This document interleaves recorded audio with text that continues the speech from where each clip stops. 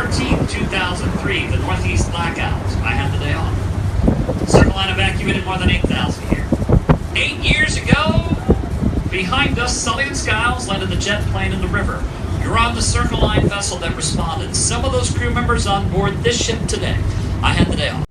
A wedding gift for William John Houston, a signer of the Declaration of Independence.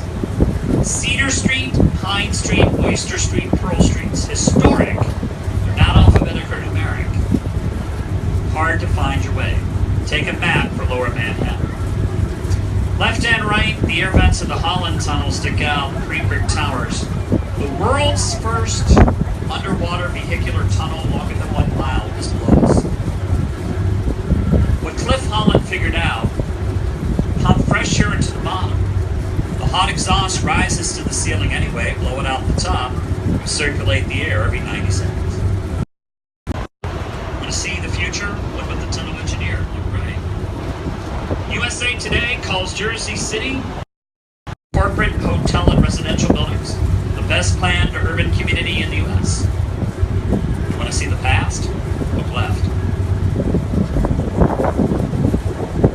The older, shorter buildings have been redone for